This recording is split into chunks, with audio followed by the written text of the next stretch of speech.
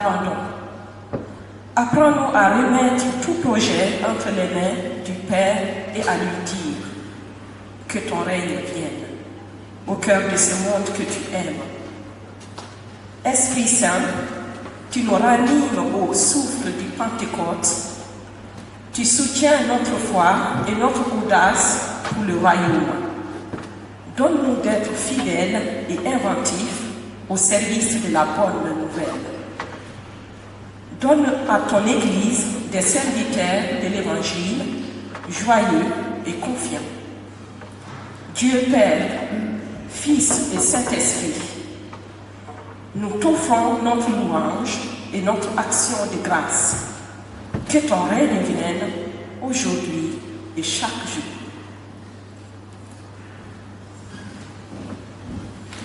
Et pour poursuivre cette louange, je vous invite à chanter le psaume 33, les strophes 1, 2 et 5, 1, 2 et 5 du psaume 33.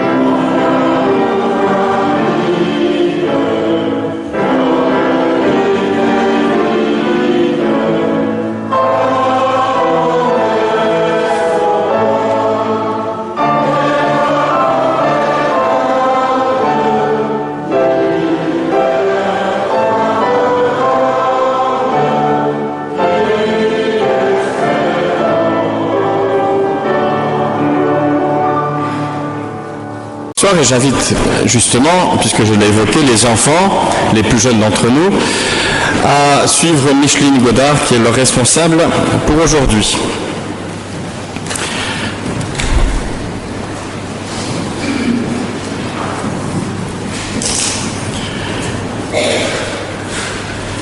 Notre Église accueille aussi un mouvement qui est certes autonome par rapport à l'Église, mais très lié, on l'a encore vu le 17 décembre dernier lors de la fête de Noël, très lié à notre Église. C'est le mouvement évidemment des éclaireurs et éclaireuses unionistes de France, du scoutisme. Et nous allons écouter ce que Dieu attend de nous au travers de l'un des responsables, Antoine Rançon.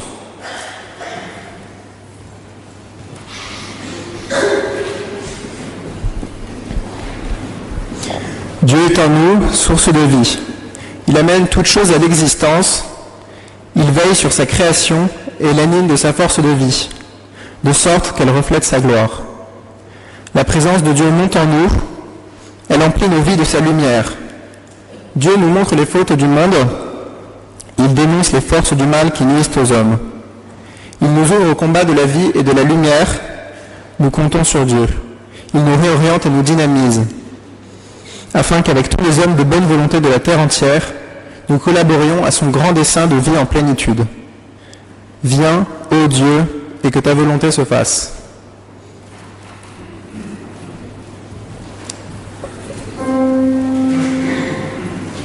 C'est vers toi que je me tourne, je veux marcher dans tes voies, j'élève mes mains pour te rencontrer, mon cœur désire te chanter, pour bénir et célébrer ton saint nom, car tu es fidèle et bon.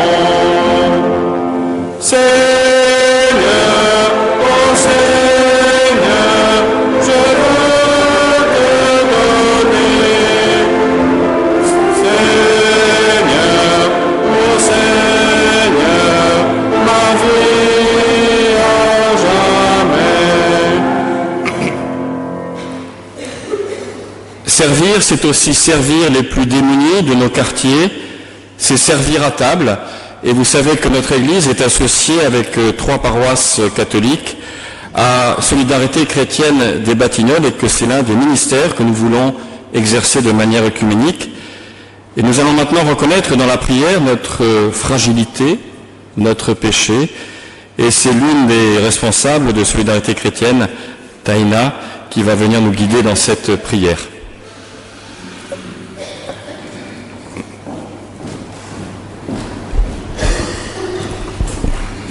Prions. Seigneur, que les dons que tu m'as donnés ne me servent pas, mais qu'ils ne servent que toi, car tu sais que j'ai tendance à m'en servir pour moi-même. Au début, je ne fis pas de bon discernement, mais des erreurs, car je ne t'écoute pas. Mais tu sais que là n'est pas mon intention, par la prière et ta miséricorde. Je sais que tu peux encore me faire confiance et je ferai tout pour toi. Car tes dons ne servent que pour le service des autres. Je ne suis qu'un témoin à qui tu as donné tes dons comme autant d'outils. Car je vais grandir avec toi. Donne-moi la force pour combattre le découragement devant tout ce qu'il y a à accomplir pour ce monde que tu as choisi d'aimer. Fais de moi un disciple à ton écoute et un apôtre porteur de ta parole, par mes paroles, mes gestes, mes actions. Au nom de Jésus-Christ, Amen.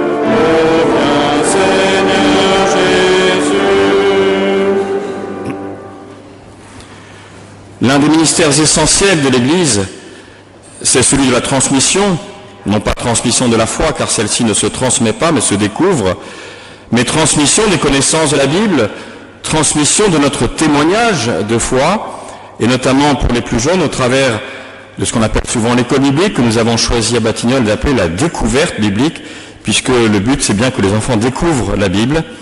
Et pour entendre les paroles de rappel du pardon de Dieu, nous allons entendre Karen Couster, qui est l'une des animatrices de la découverte biblique.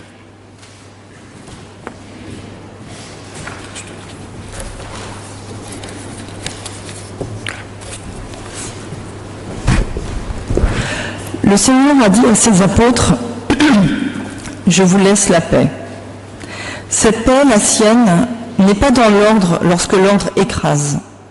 Elle n'est pas dans le silence lorsque le silence naît de la répression. Elle n'est pas dans la résignation, car la résignation est indigne de l'homme.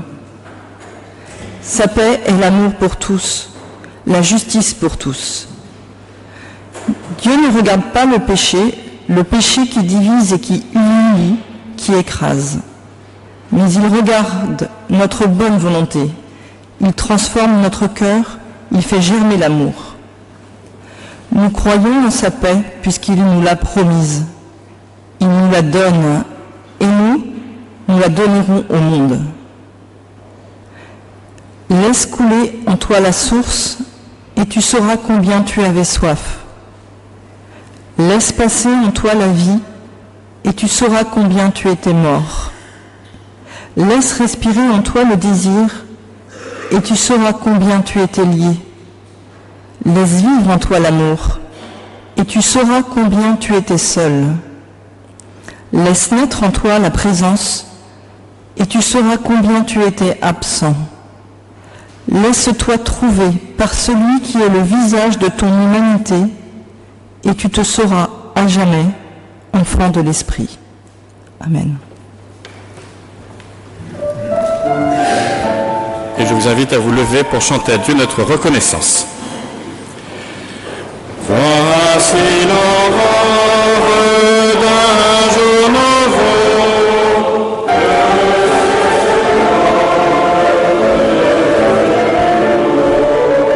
Jésus s'apprête pour gémir, le fond de tête, il va venir. Douce de vie, de paix d'amour, mère par Dieu, la nuit le jour.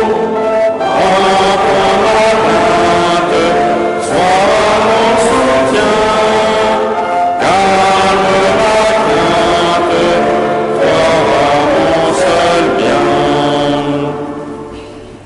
Je vous invite à vous rasseoir. Et ce matin, j'ai choisi, pour nous faire réfléchir à cette question des ministères dans notre Église, ce texte assez souvent utilisé d'ailleurs pour cette réflexion dans la première épître de Paul aux Corinthiens, au chapitre 12. Mais avant de l'entendre, je vous invite encore à la prière. Oui, Éternel, notre Dieu, nous voulons effectivement être à ton service, exercer ces ministères que tu nous demandes, que tu nous appelles à réaliser. Mais pour cela, nous avons besoin de force, et pas uniquement de nos propres forces. Et cette force, nous en sommes convaincus, nous la trouvons dans ta parole. Alors nous t'en prions encore ce matin, que ce texte, écrit de la main des hommes, retentisse en nous comme une parole vivante, comme ta parole. Que cette parole fasse sens en nous, nous éclaire, nous dynamise, et que nous devenions à notre tour les porteurs enthousiastes de cette parole, au nom de Jésus-Christ. Amen. Et nous allons maintenant entendre le texte lu par l'un des prédicateurs laïcs, parce que c'est aussi un ministère très important dans notre Église. Il n'y a pas que le pasteur qui prêche. Certains, je sais, me disent souvent « Dieu merci ». Et donc, il y a aussi des prédicateurs, d'autres prédicateurs et des prédicateurs laïcs. Et Adrien Secali est l'un de ces prédicateurs laïcs, en plus de s'être occupé pendant de nombreux mois, même presque années maintenant, du collectif des réfugiés. Corinthiens 1, 4 au 31. Il y a diversité de dons, mais le même esprit. Diversité de services, mais le même Seigneur. Diversité d'actes, mais le même Dieu qui accomplit tout en tous. Or, à chacun, la manifestation de l'Esprit est donnée pour le bien de tous. En effet, à l'un est donné par l'Esprit une parole de sagesse, un autre une parole de connaissance, selon le même esprit, un autre la foi par le même esprit, un autre des dons de guérison par le même esprit, un autre la possibilité de faire des miracles, à un autre la prophétie, à un autre le discernement des esprits, à un autre diversité de langues, à un autre l'interprétation des langues. Mais toutes ces choses, c'est un seul et même esprit qui les accomplit en les distribuant à chacun en particulier comme il le veut. Le corps donne forme en tout, mais apportant plusieurs organes, et tous les organes du corps, malgré leur grand nombre, ne forment pas qu'un seul corps. Il en va de même pour Christ. En effet, que nous soyons juifs ou grecs, esclaves ou libres, nous avons tous été baptisés dans un seul esprit pour former un seul corps, et nous avons tous bu à un seul esprit. Ainsi, le corps n'est pas formé d'un seul organe, mais de plusieurs. Si le pied disait « Puisque je ne suis pas une main, je n'appartiens pas au corps », ne fera-t-il pas partie du corps pour autant? Et si l'oreille disait « Puisque je ne suis pas un œil, je n'appartiens pas au corps », ne fera-t-elle pas partie du corps pour autant? Si tout le corps était un seul, si tout le corps était un œil, où serait lui? S'il était tout entier lui, où serait l'odorat? En fait, Dieu a placé chacun des organes dans le corps comme il l'a voulu. S'ils étaient tous un seul organe, où serait le corps? Il y a donc plusieurs organes, mais un seul corps. L'œil ne peut pas dire à la main « je n'ai pas besoin de toi », ni la tête dire au pied « je n'ai pas besoin de vous ». Bien plus, les parties du corps qui paraissent être les plus faibles sont nécessaires, et celles que nous estimons être les moins honorables du corps, nous entourons d'un plus grand honneur. Ainsi, nos organes les moins décents sont traités avec plus d'écart, tandis que ceux qui sont décents n'en font pas besoin. Dieu a disposé le corps de manière à donner plus d'honneur à ceux qui en manquaient, afin qu'il n'y ait pas de division dans le corps, mais que tous les membres prennent également soin les uns des autres. Si un membre souffre, tous les membres souffrent avec lui. Si un membre est honoré, tous les membres se réjouissent avec lui. Vous êtes le corps de Christ, et vous êtes ses membres, chacun pour sa part. Dieu a établi dans l'Église, premièrement des apôtres, deuxièmement des prophètes, troisièmement des enseignants, ensuite viennent les miracles, et puis les dons de guérison, les attitudes de secourir, à diriger, à parler diverses langues. Tous sont-ils apôtres? Tous sont-ils prophètes? Tous sont-ils enseignants? Tous font-ils des miracles? Tous ont-ils des dons de guérison? Tous parlent-ils en langue? Tous interprètent-ils? Aspirez aux dons les meilleurs.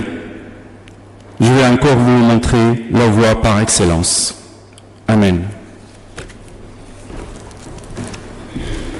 Et je vous invite, si vous le voulez bien, à vous lever pour chanter le cantique 4407, les strophes 1 et 2.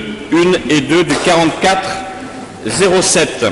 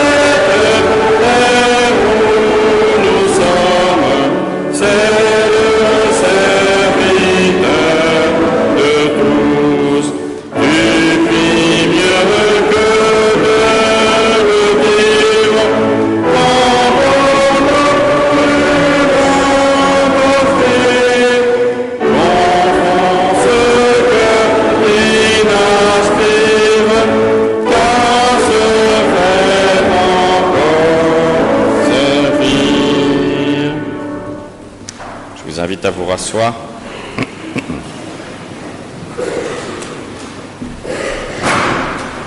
Le christianisme naissant, le christianisme du 1er siècle, était certainement très créatif, très dynamique aussi bien sûr. Rappelons d'abord que jusque vers les années 120, 130, c'est-à-dire pendant un siècle, le christianisme est considéré comme un mouvement juif parmi les autres, notamment à côté de celui des pharisiens, qui est le seul autre mouvement qui demeure après la chute du temple en 70. Il y a donc deux mouvements juifs, le mouvement chrétien et le mouvement pharisien. Mais ce mouvement chrétien, qui va devenir donc au IIe siècle une autre religion, veut déjà, et dès les origines, opérer une vraie révolution par rapport au reste du judaïsme. Ainsi, la parole n'est plus simplement portée par un simple prophète, chargé d'annoncer, comme le sont les prophètes de l'Ancien Testament, la parole, mais cette parole, c'est un homme qui l'incarne. L'homme, Jésus, est parole de Dieu. Alors cela donnera très rapidement d'ailleurs bien des débats qui ne sont jamais clos au XXIe siècle d'ailleurs, qui vont se développer, notamment à partir du IIe siècle, sur la nature du Christ. Est-il uniquement un Dieu, uniquement un homme? Est-il les deux? Selon quelle proportion? Bref, tous ces débats sont en tout cas la trace de cette richesse et de cette volonté de refonder, comme l'on dit souvent aujourd'hui, de refonder autrement donc la foi et la religion. Du coup, lorsque l'on refonde, et on le voit régulièrement dans la vie politique d'ailleurs, on veut faire évoluer les notions et donc le vocabulaire. Quasiment tous les partis ont, à un moment donné, voulu, par exemple, changer leur nom pour dire qu'ils se refondaient. C'est un grand classique. Mais ici, cela va plus loin. Ainsi, vous l'avez entendu d'ailleurs dans cette épître de Paul, il dit bien que vous soyez juif ou grec, c'est-à-dire du peuple juif, ou goy, c'est-à-dire non juif, nous avons été baptisés. C'est-à-dire qu'on va déplacer dans ce mouvement chrétien la notion de peuple vers une nouvelle notion qu'on va appeler l'Église. Et je le rappelle encore ici, ce mot d'ecclésia, que l'on traduit donc par Église, a été emprunté, une fois encore, au vocabulaire politique de l'époque, puisque ecclésia, c'était, dans la Grèce antique, la communauté des citoyens libres d'une cité. Communauté donc des citoyens libres. En même temps, communauté est fondée sur une liberté. Quel plus beau mot pour dire la fraternité et ce qu'est une église, une communauté, encore une fois, j'insiste, c'est-à-dire vraiment être ensemble et en même temps avec cette liberté qui génère aussi de la diversité. Et vous savez combien ici à Batignolles, la diversité est notre marque de fabrique et on y tient.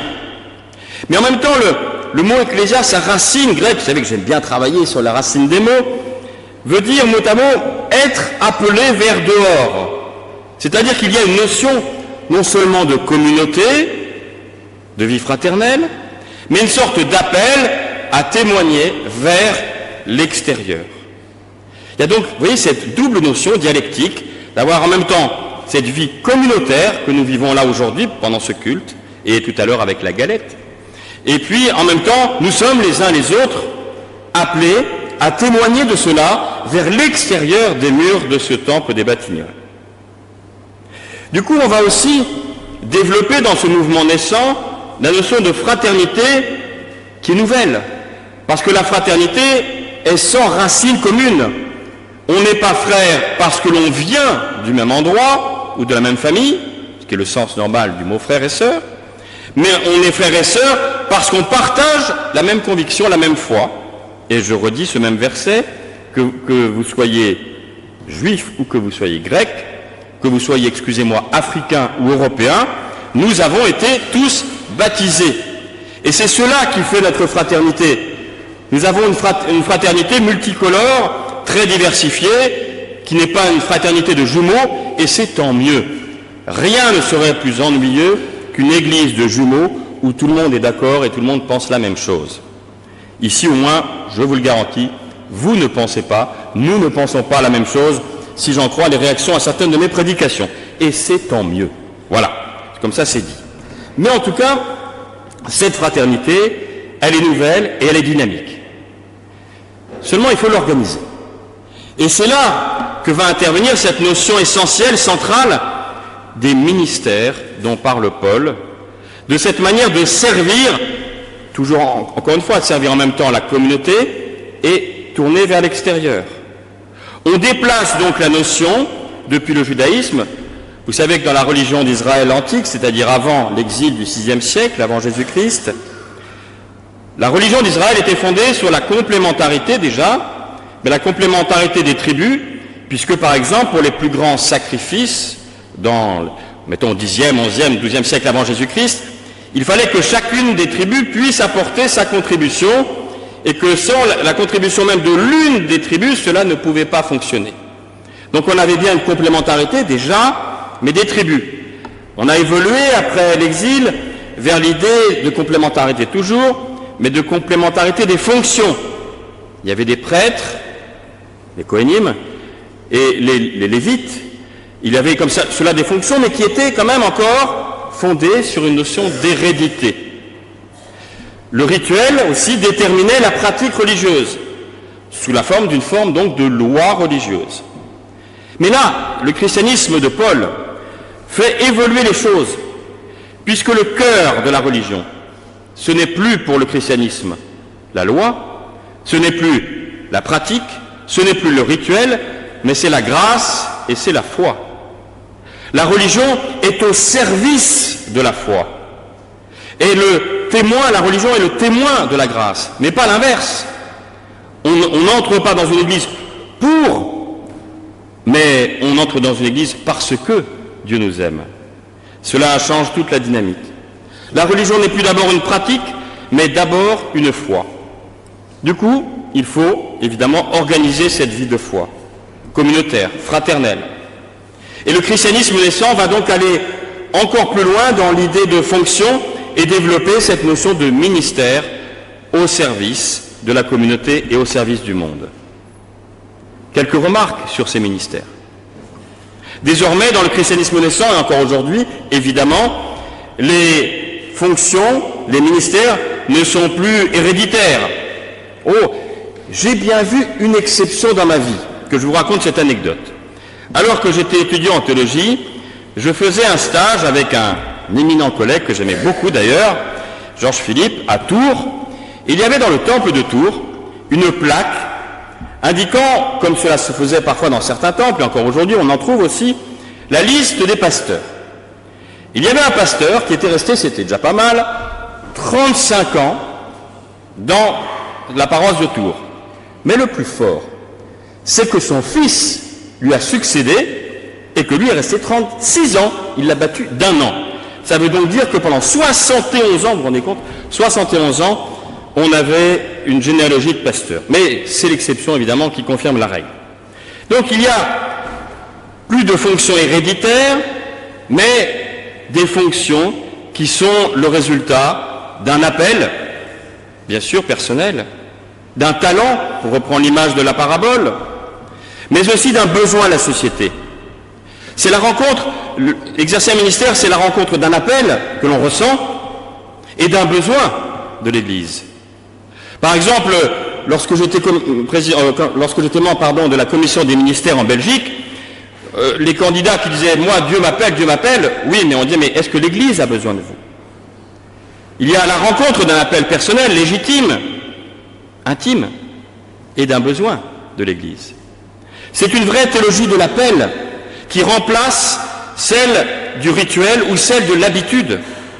On est appelé par l'Église à exercer tel ou tel ministère, ici par exemple dans la paroisse. Deuxième remarque, c'est que la compréhension des ministères repose aussi sur la notion finalement de péché quand même. C'est-à-dire en tout cas de fragilité, non pas comme une culpabilité, mais comme une forme extrême d'humilité.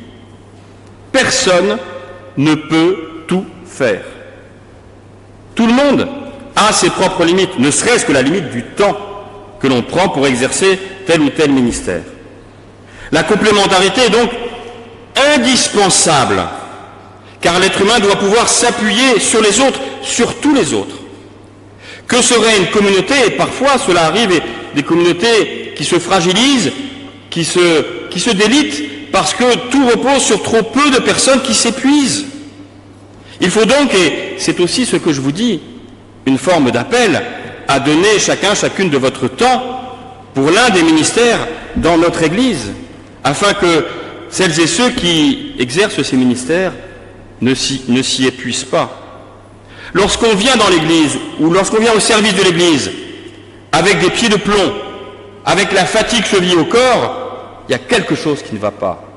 Lorsque l'on vient dans l'Église ou au service de l'Église, avec enthousiasme, étymologiquement être en Dieu, là on se dit que peut-être on est dans le juste, dans le bon. Il existe différentes nécessités dans une vie de communauté, et donc différents ministères.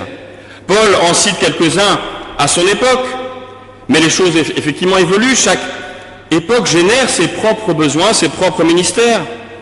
Il y a bien sûr le ministère de la prière, de la louange, c'est-à-dire par exemple de l'animation du culte, des prédicateurs laïcs, mais aussi de la musique, je remercie Thomas, de la chorale, je remercie Thomas, puisqu'ils ont le même prénom, mais même aussi les fleurs, préparer le pain, le vin, faire le ménage du temple, tout cela, ça fait partie, ça contribue au ministère de prière, ainsi que bien sûr le groupe de prière.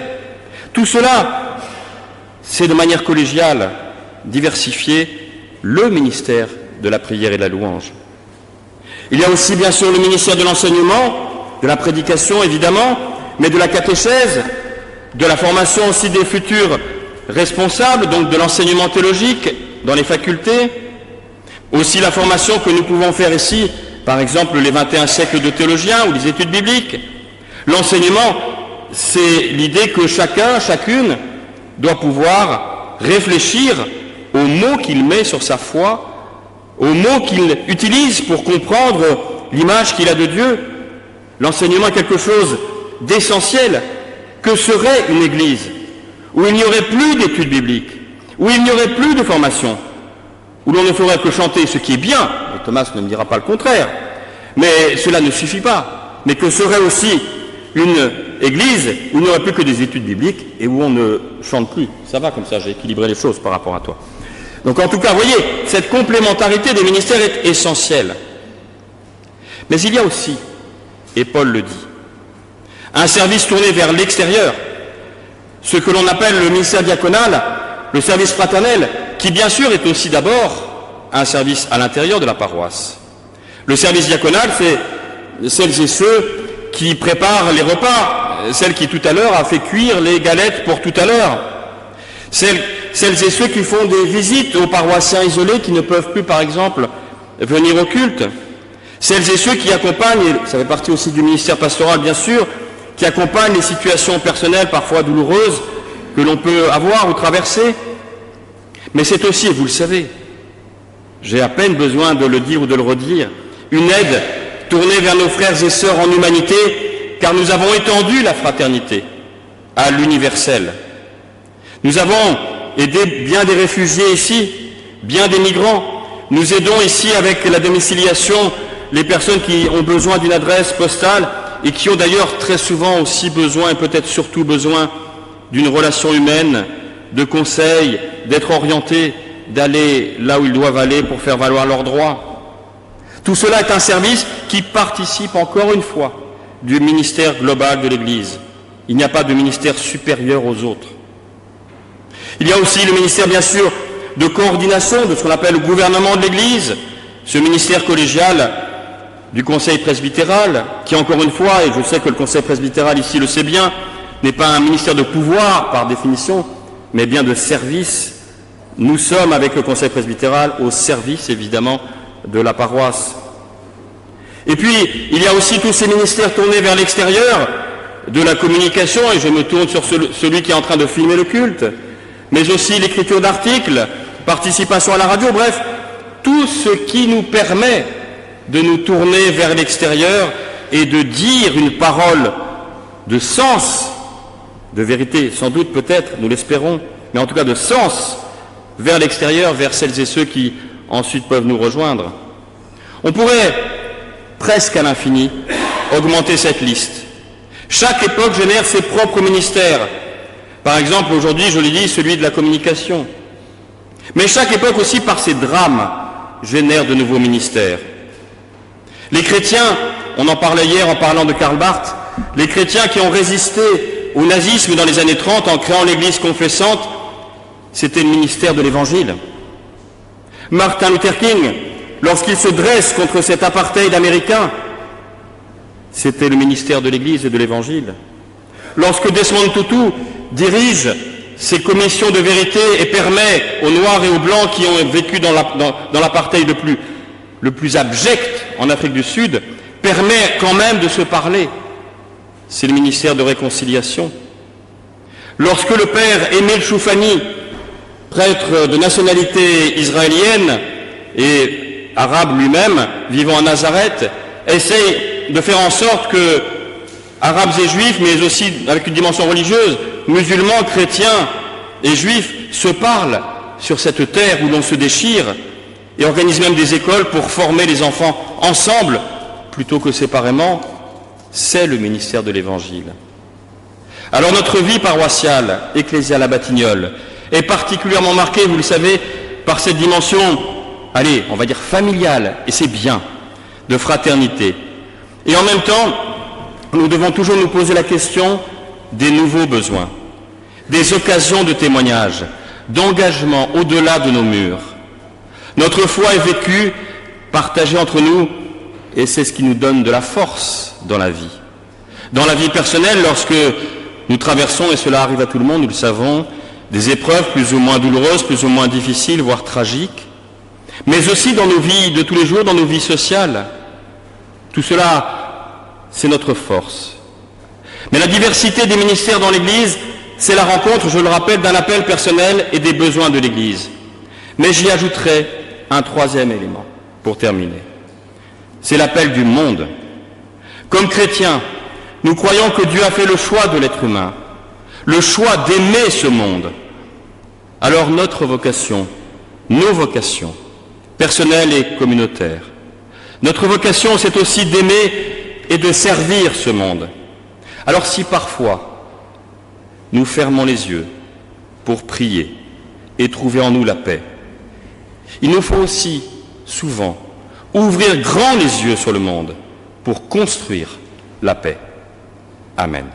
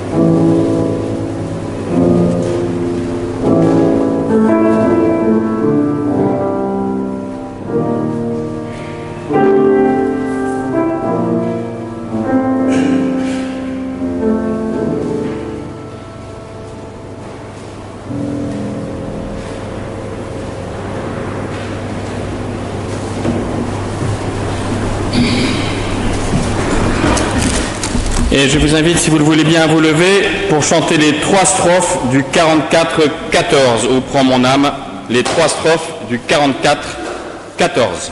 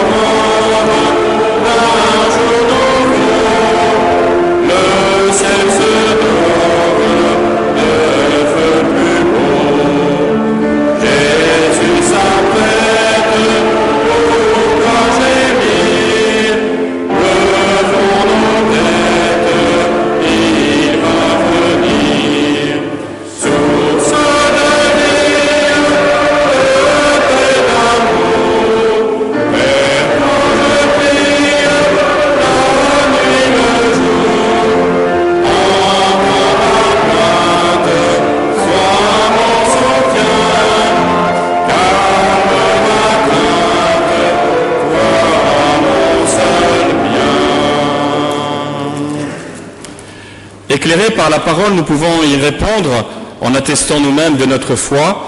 Et c'est Vincent Guéguin, le président du conseil presbytéral, qui va venir partager cette confession de foi.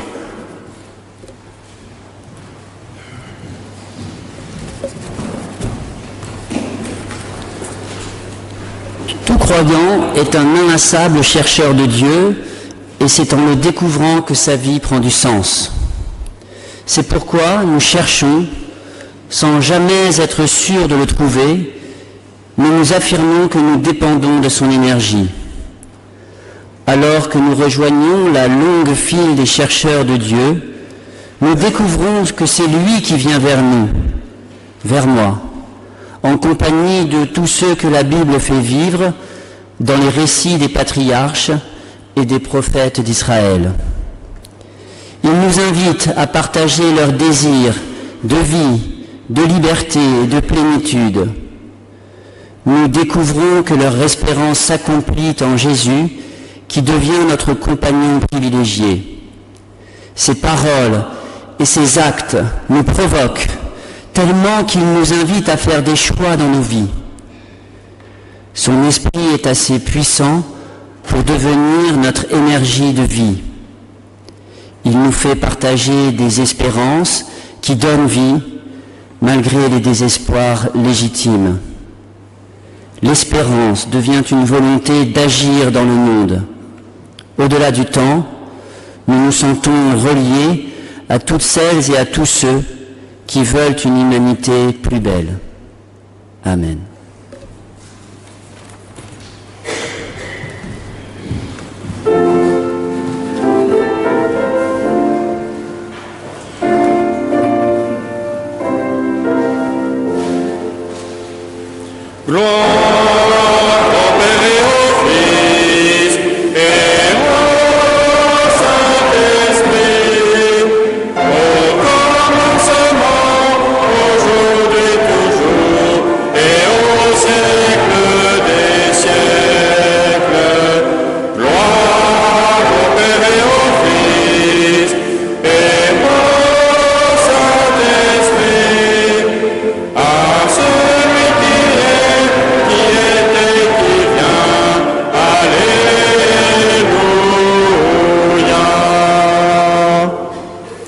vous invite à vous rasseoir.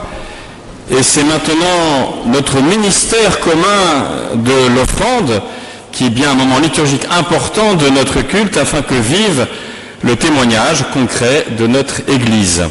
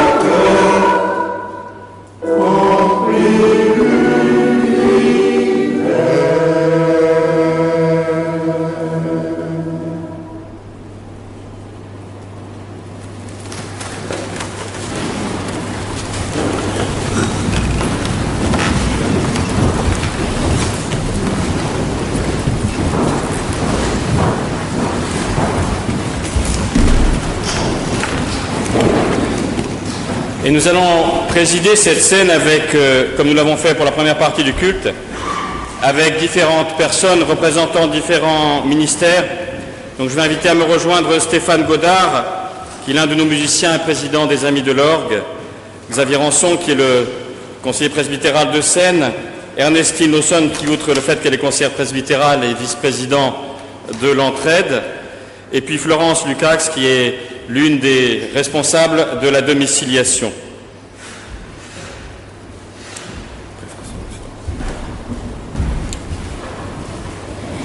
Pour la fête et pour le repas, d'abord il faut une table, avec une place préparée pour chacun, pour s'asseoir chacun à la même hauteur, l'un à côté de l'autre, comme des égaux, l'un en face de l'autre, parce que différents, pour donner et recevoir. Il faut une nappe pour transformer la table quotidienne en espace de fête où chacun prend, à plein désir, sa part de bonheur. Il faut des fleurs, car la fête du repas sème des couleurs dans la morne banalité des jours et donne la ténacité de planter obstinément l'arc-en-ciel dans l'usure des habitudes. Il faut des lumières pour transfigurer les visages, pour chasser la peur et pour éveiller la petite flamme qui flamboie en chacun. Il faut du pain à rompre et à partager, afin qu'à cette table de fête, chacun mange le courage de vivre.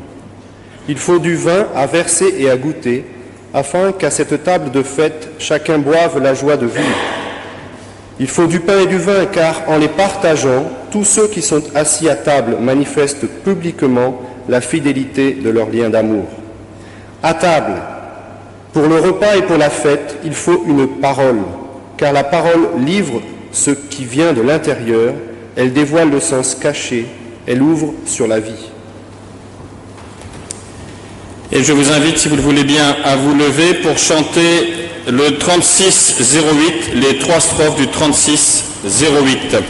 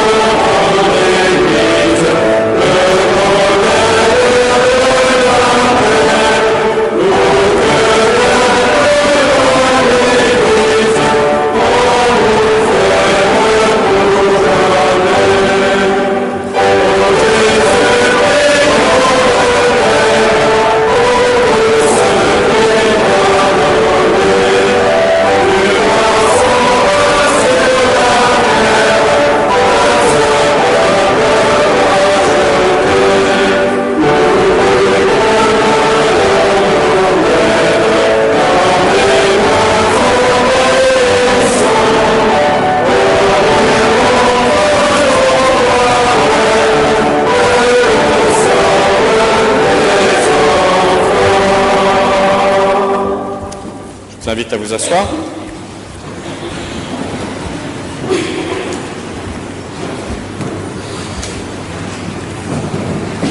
Voici ce que Paul écrit aux chrétiens de Corinthe. « J'ai reçu du Seigneur ce que je vous transmets.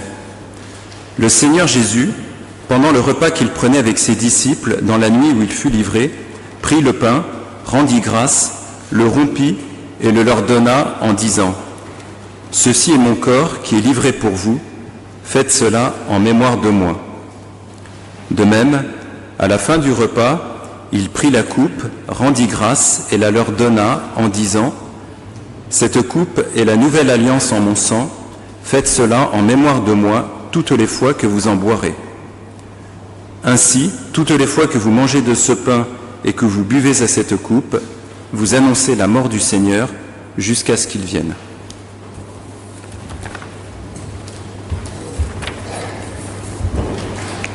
Ô Seigneur, Dieu de Jésus-Christ, toi qui as fait de nous un corps, le tien, par ton esprit et dans la foi, toi qui as demandé à ce corps de te louer et de te rendre grâce pour les bienfaits et le don gratuit que tu nous as fait en partageant au travers de Jésus-Christ notre condition humaine, envoie ton esprit sur ton Église ici rassemblée pour qu'en prenant ce pain et en buvant à cette coupe, nous communions à la vie de notre Seigneur Jésus-Christ.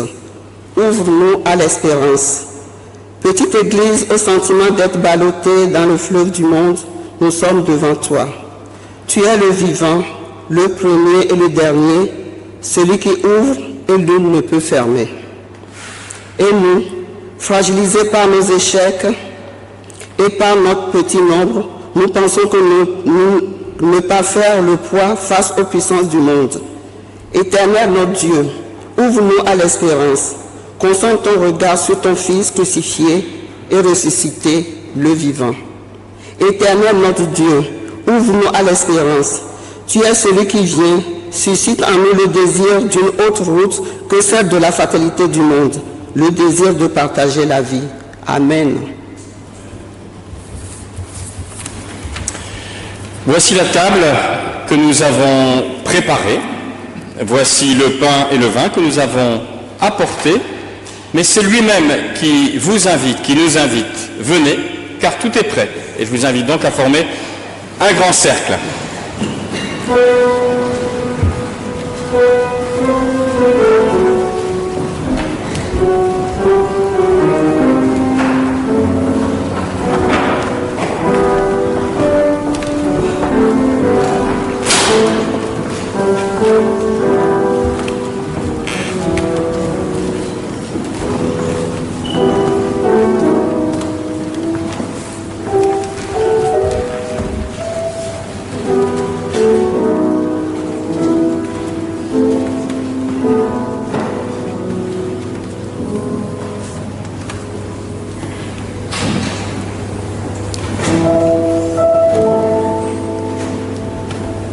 Ce pain que nous rompons est le signe que l'ensemble est différent, comme l'a rappelé Paul aux Corinthiens. Nous sommes le corps du Christ. Cette coupe de bénédiction pour laquelle nous rendons grâce à Dieu est le signe de son alliance éternellement et quotidiennement renouvelée pour chacune et pour chacun d'entre nous.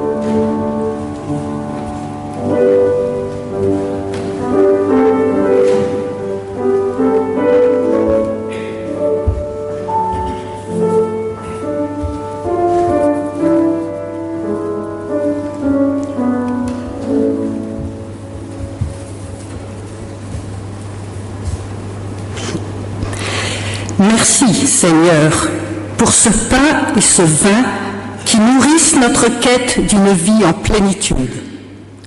Toi qui te tiens dans la substance de nos jours et qui sais combien façonner l'humain est un artisanat délicat, apprends-nous les paroles qui vivifient, les regards qui font exister et les gestes qui redonnent confiance. Tiens-nous à la juste distance les uns des autres. Garde-nous de l'indifférence comme de la mainmise, afin qu'à travers nos rencontres, ta promesse perdure vers demain, là où tu seras tout en tous. Et parce que nous sommes tous tes enfants, frères et sœurs en humanité et frères et sœurs dans l'Église, nous pouvons te dire ensemble cette prière que Jésus lui-même nous a enseignée. Notre Père, qui es aux cieux, que ton nom soit sanctifié, que ton règne vienne, que ta volonté soit faite sur la terre comme au ciel. Donne-nous aujourd'hui notre pain de ce jour. Pardonne-nous nos offenses, comme nous pardonnons aussi à ceux qui nous ont offensés. Et ne nous laisse pas entrer en tentation, mais délivre-nous du mal, car c'est à toi qu'appartiennent le règne, la puissance et la gloire au siècle des siècles. Amen. Et je vous invite à regagner vos places.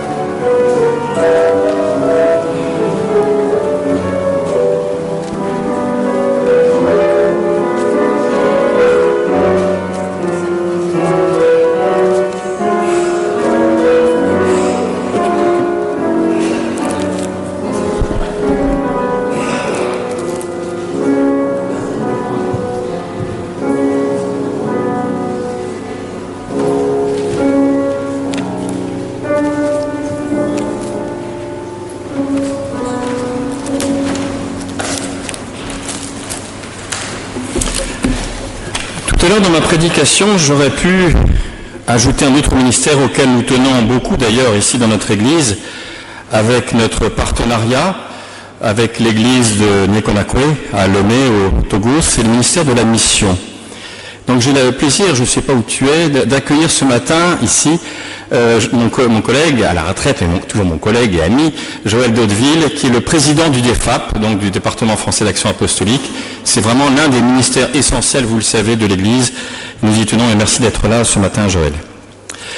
Je voudrais vous rappeler aussi que nous poursuivons la série des 21 siècles de théologiens, donc après Karl Barth hier, donc nous arrivons là, on avait commencé quand même au 1er siècle, donc vous voyez qu'on a parcouru en 6 ans et demi quand même pas mal de siècles.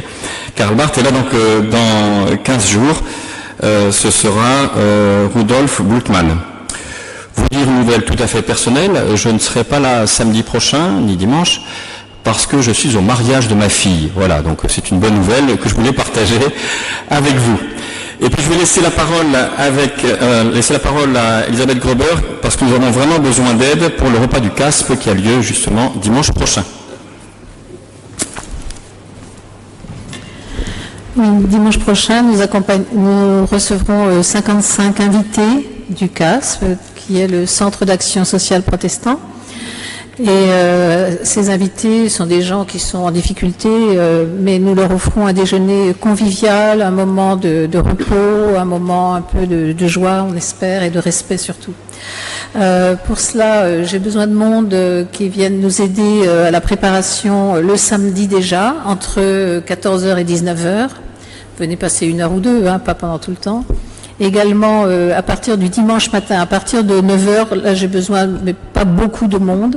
Par contre, j'ai besoin vraiment de beaucoup de monde, c'est à partir de 12h, 14h, il y a le service, il y a la convivialité, il y a des gens qui se mettent à table avec nos invités. Et puis bien sûr ensuite, vaisselle, rangement, C'est pas très drôle, mais quand on le fait tous ensemble, c'est sympathique aussi. C'est jusqu'à 15h, peut-être 15h30 si nous ne sommes pas très nombreux. Merci. Et vous pouvez me joindre soit à la sortie, soit à la galette. Sinon, mon mail c'est elisabeth.gruber@free.fr. C'est très facile. Merci. Et le sapin. On va l'enlever maintenant. Oui, donc on aura besoin d'aide, je me disais aussi. On aura besoin d'aide pour enlever le sapin. On va peut-être pas le laisser jusqu'à l'été. Donc après, à l'issue de ce culte, vous avez le droit d'abord de manger quand même un morceau de galette. Hein. Surtout que comme vous êtes nombreux, il faudra se précipiter pour la galette. Hein. Donc en tout cas, quand vous aurez mangé votre morceau de galette, vous pouvez remonter pour enlever le sapin, nous aider à enlever le sapin. Nous allons maintenant nous unir dans la prière les uns avec les autres, les uns pour les autres. Et vous le savez, dans notre Église, il y a un groupe de prière qui exerce ce ministère de prière les uns pour les autres. Et c'est l'un des membres du groupe de prière, Hyacinthe Amados, qui va nous guider ce matin dans la prière.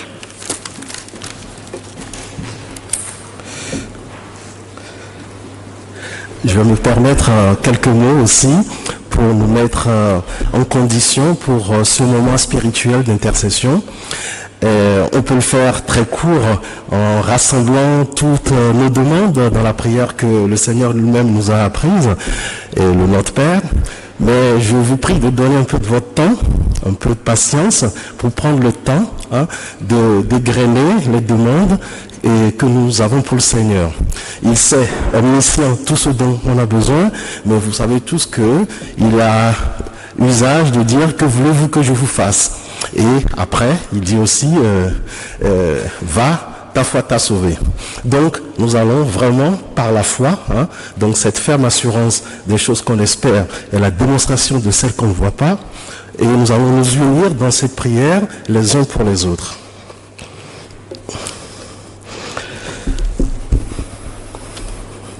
Père trois fois saint, nous voici encore venus avec notre foi au pied du trône de grâce pour te rendre d'abord grâce, te glorifier parce que tu en es digne. Toute la gloire, toute la grâce, tout l'honneur à toi. Seigneur, envoie-nous ton esprit, ton feu divin, que ton souffle vienne et descende, car ce n'est ni par puissance, ni par force, mais par ton esprit que nous allons déplacer les montagnes qui se tiennent devant nous et que nous allons déplacer les cas qui demeurent. Éternel notre Dieu, nous te prions pour qu'au sein de chaque religion, de chaque église, de chaque communauté, les forces de discernement, de respect et d'accueil l'emportent sur les tentations du repli, de l'exclusion et de l'indifférence. Nous te prions pour que grandisse entre nous l'esprit de service et le désir de nous comprendre et de nous respecter. Seigneur, la moisson est grande. Suscite des moissonneurs pour que nous soyons nombreux, engagés à ton service. Nous te prions pour ceux qui sont extérieurs à toute foi, peut-être déçus par l'attitude des croyants, tous ceux pour lesquels le ciel est vide, parce que rien ni personne ne vient rompre leur solitude sur la terre. Pour tous ceux qui désespèrent de toi et des hommes, parce que l'histoire répète sans cesse les mêmes tragédies.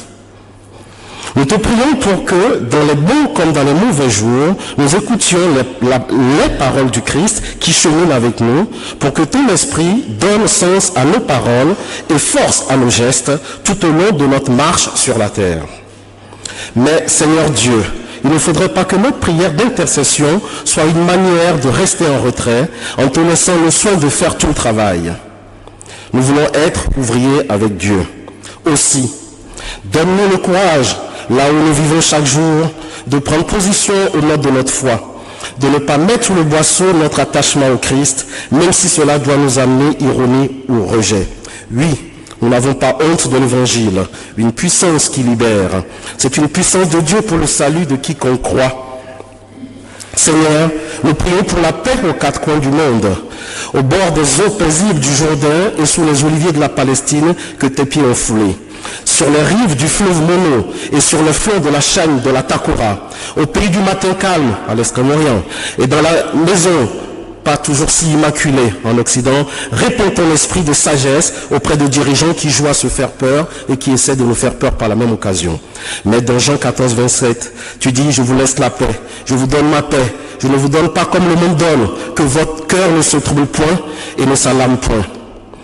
Donne-nous le courage d'ouvrir nos yeux sur les injustices qui viennent de l'argent, du pouvoir ou de la lenteur des administrations, et de les résoudre avec nos moyens en partageant mieux au nom de notre foi, même si cela doit amener la perte de notre tranquillité. Seigneur, donne-nous le cœur d'accueillir et de respecter l'humanité de l'étranger qui vient de près ou de loin. Toi qui es le maître du temps et des circonstances, Seigneur, crée les circonstances pour que ces peuples puissent se sentir à l'aise chez eux et ne se jettent pas sur les routes ou se perdent dans les mers. Donne-nous le courage de participer activement à notre communauté paroissiale afin qu'elle devienne le lieu où notre vie, avec ses doutes et ses recherches, se trouve éclairée par notre foi. Ne nous laisse pas au repos, Seigneur, tant que notre foi n'imprime pas son exigence sur l'éventail de toute notre vie. Nous t'en prions. Aide-nous à être des croyants et des serviteurs du monde dans la pratique de chaque jour, dans nos pensées et dans nos mots, dans nos gestes et dans nos silences. Rends-nous attentifs au monde quand monte le cri des hommes et aussi les murmures des voix que l'on oublie. Quand la joie des commencements s'effrite sur la route, quand le courage nous manque pour des marches nouvelles, Seigneur, fais-nous espérer et aller aussi loin qu'entraîne ton amour. Seigneur, tu nous l'as promis. Venez à moi, vous tous qui êtes chargés et fatigués, je vous donnerai du repos. Tu l'as dit, vous m'invoquerez et je vous répondrai. Élargis l'espace de nos vies pour être tes témoins. Élargis notre prière aux dimensions du monde. Nous te demandons d'avoir un cœur assez désintéressé de lui-même pour que beaucoup puissent y trouver leur place. Mon frère, ma sœur, bien-aimés dans le Seigneur, Dieu est le même hier, aujourd'hui et éternellement. Ce qu'il a dit, sa bouche dit, sa main l'accomplit. Donc permettez aussi au seuil de cette nouvelle année que nous partageons le vœu divin de Jérémie 29, 11. Car je connais les projets que j'ai formés sur vous, dit l'Éternel, projets de paix et de bonheur, afin de vous donner un avenir et de l'espérance. Mon Dieu, mon roi, nous te remercions parce que tu nous as exaucés. Au nom puissant et glorieux du Seigneur Jésus, nous avons ainsi prié. Amen.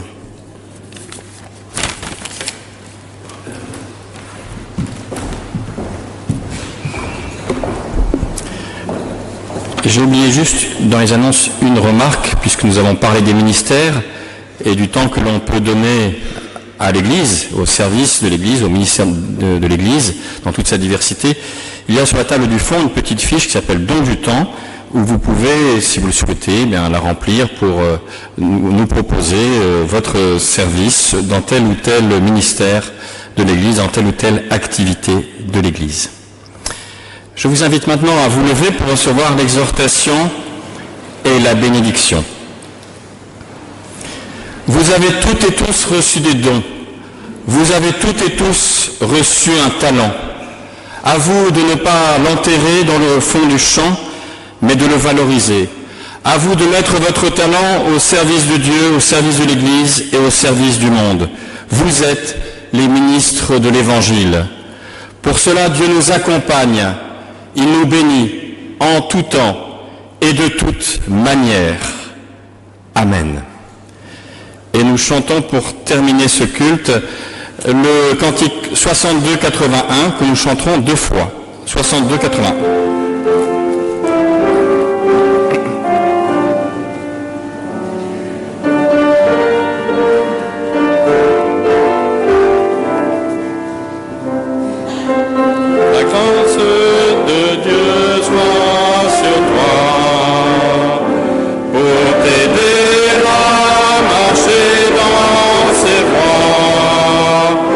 Reçois tout son pardon et sa